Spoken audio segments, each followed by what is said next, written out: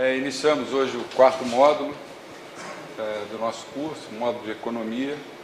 Vocês tiveram um módulo introdutório, um módulo de Epistemologia e um módulo de Filosofia Política. E agora vamos para o filé mignon, que é o módulo de Economia.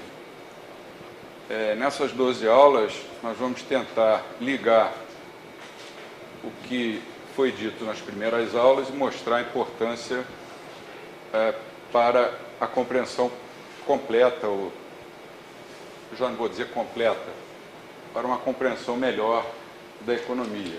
Então, vamos começar de uma maneira apoteótica.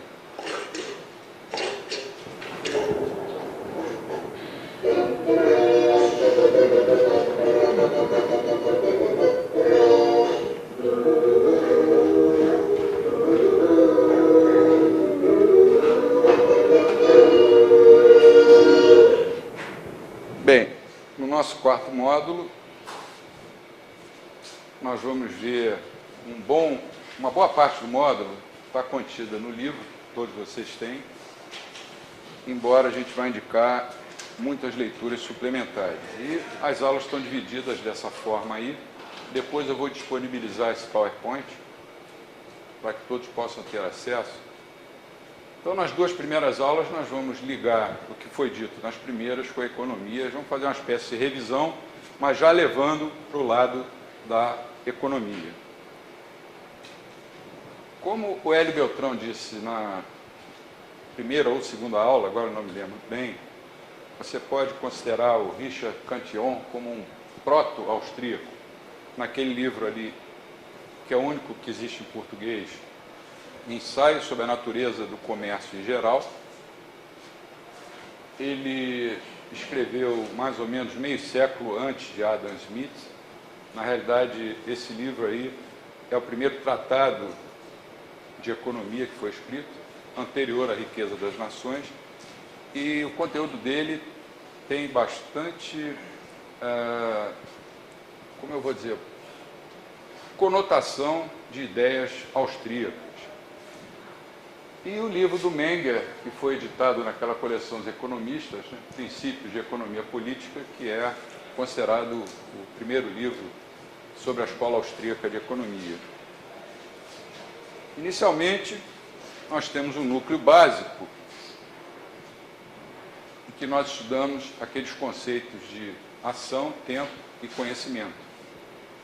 Mas o que é a escola austríaca de economia? Antes de responder a essa pergunta, nós precisamos saber, isso também já foi dito no curso, que ela é a mais antiga, ela remonta, na realidade, não é nem a Cantillon, é a São Tomás de Aquino, depois aos pós-escolásticos, depois Cantillon, e veio prosseguindo. Ela é a menor dentre as escolas de economia que existem hoje em dia, ela não faz parte da mainstream economics, embora já tenha feito, e espero que em breve volte a fazer. Mas, ao mesmo tempo, aí vem a notícia boa que eu deixei para o final. É a que mais vem crescendo. Por que ela vem crescendo no mundo inteiro? Porque os remédios que vêm sendo aplicados à crise econômica mundial são remédios keynesianos de um lado, monetaristas de outro. Os governos aumentando seus gastos, como Keynes sugeria, e os bancos centrais emitindo moeda, como Friedman sugeria. E a economia não responde. Só se fala em crise. Quer dizer, alguma coisa está errada, esse paradigma neoclássico, ou a síntese, chamada síntese neoclássica, a mainstream economics, tem alguma coisa de errado com ela, e nós, austríacos, acreditamos que a nossa resposta é bem mais satisfatória. Então, nós temos o núcleo formado por uma tríade básica, os elementos de propagação, e esses elementos de propagação se dirigem para os planos da filosofia política, como vocês viram nas outras aulas, da epistemologia também, e para a área da economia, que é a nossa parte. Fazendo um resumo, a partir do núcleo básico, ou tríade básica, ação humana, tempo e conhecimento, ou incerteza, nós temos os elementos de propagação, que são os conceitos de utilidade marginal, o subjetivismo característico da escola austríaca e o conceito essencialmente hayekiano de ordens espontâneas. No campo da filosofia política, nós temos a crítica aos sistemas mistos, quer dizer, alguma coisa entre o capitalismo e o socialismo, como o professor André mostrou na última aula, como as ciências sociais evoluem, a questão da democracia e divisão de poderes, a questão essencial da contenção do poder e a crítica austríaca bastante severa ao construtivismo, que o Hayek chamava de engenharia social. Meia dúzia de pessoas reunidas ou em Brasília, ou em Washington, ou na sede do Banco Central Europeu, decidindo o que vai ser melhor e o que vai ser pior para a vida de milhões e milhões de outras pessoas. Na epistemologia, nós temos o individualismo metodológico, a dicotomia entre modelos e fatos em ciências sociais, as características das ciências sociais e a questão que, no fundo, é uma crítica ao positivismo, à econometria. Os austríacos acreditam que é impossível fazer previsão em ciências sociais. E na economia, que vai ser o nosso campo específico aqui, nós temos o processo de mercado, a função empresarial, o famoso debate sobre o cálculo econômico, que começou nos anos 20. Para mim, ele terminou ainda nos anos 20, mas se você olhar, por exemplo, na Wikipedia, você vai ver que lá no final aparece uma frase assim, bem capciosa. Ambas as correntes se declaram vitoriosas no debate. Quer dizer, se algum socialista ainda acredita nos argumentos de Oscar Lange, lá nos anos 20, esse sujeito precisa entrar na máquina do tempo e chegar ao ano de 2011. Né? Então, nós vamos falar um pouco sobre essa questão do debate. Depois, três teorias que, na realidade, são uma só teoria. A monetária, a teoria do capital e a teoria dos ciclos econômicos. Na realidade, tirando aqui a questão do debate, do cálculo, o processo de mercado, a função empresarial e as teorias monetária, do capital e dos ciclos formam uma só teoria. A teoria austríaca, ela é integrada. O nosso núcleo, como vocês sabem, é formado pelos três conceitos fundamentais, básicos da escola austríaca: ação humana, tempo real e conhecimento. Começando com o conceito de ação.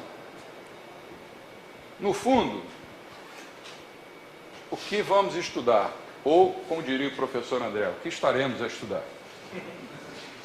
Uma ciência natural, em que você tem um plano inclinado, com um ângulo A, uma altura H, né, e coloca uma esfera lá em cima, depois você repete essa experiência milhares de vezes e vê o que acontece com a esfera, daí você deduz as leis da física, né?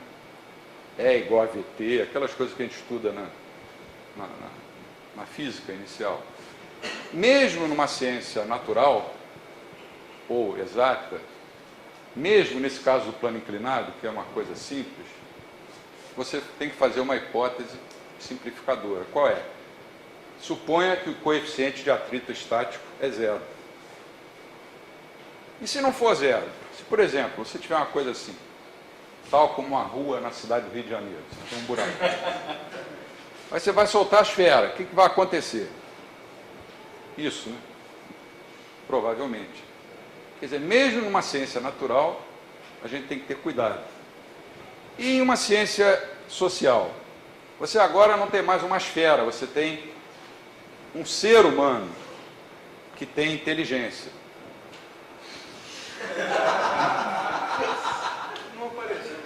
Ele, se colocarem uma pessoa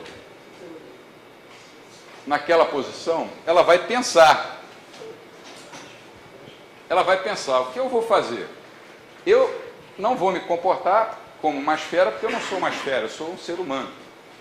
Então é possível que ele decida, por exemplo, fazer essa trajetória, descer na vertical e ficar lá embaixo. Ele decidiu isso. Foi a ação que naquele momento pareceu melhor. É possível também que ele escolha essa outra trajetória, faz umas cambalhotas e tal, e volta para a posição inicial. É possível que ele escolha uma terceira. E é possível que ele resolva fazer o que a Esfera fez no nosso exemplo lá de cima. Eu acho que só esse exemplo simples, né? Austrian Economics for Children, ilustra a diferença entre uma ciência natural e uma ciência social.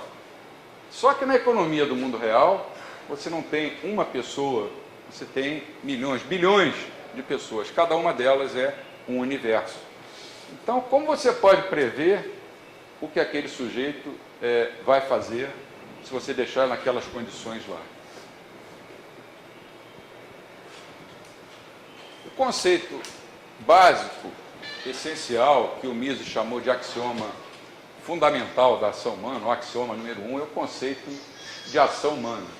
E ele chamou de praxeologia, que na realidade deveria ser grafado com a letra I, que vem de praxis, né?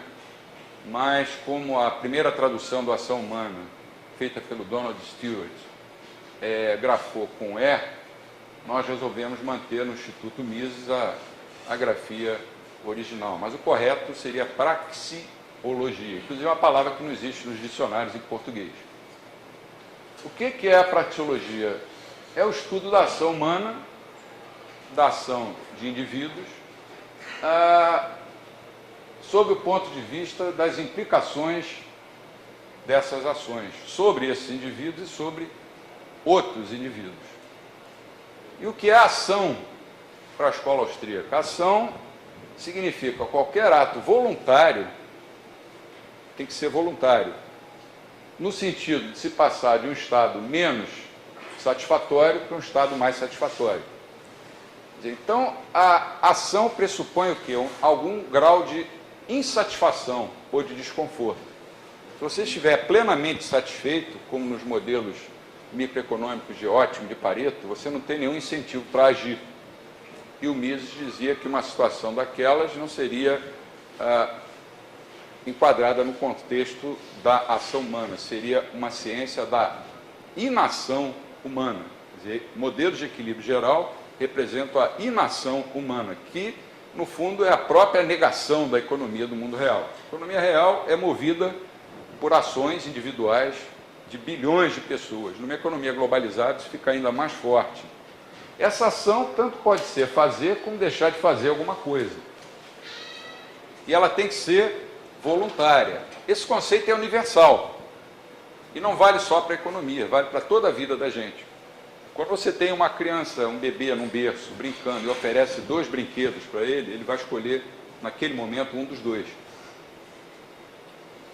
E vai do início até o fim da vida. Depois você vai escolher que profissão você vai seguir. Depois, dentro da sua profissão, qual o caminho que você vai seguir. Você vai dar aula, você vai trabalhar, você vai abandonar a profissão, vai viver no meio do mato.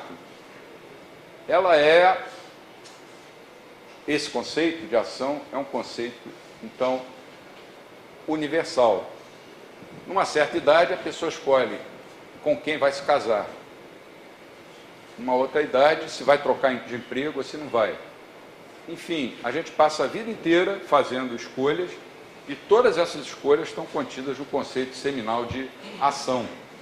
Algumas pessoas vão dizer assim, mas espera aí, e um sujeito que comete suicídio?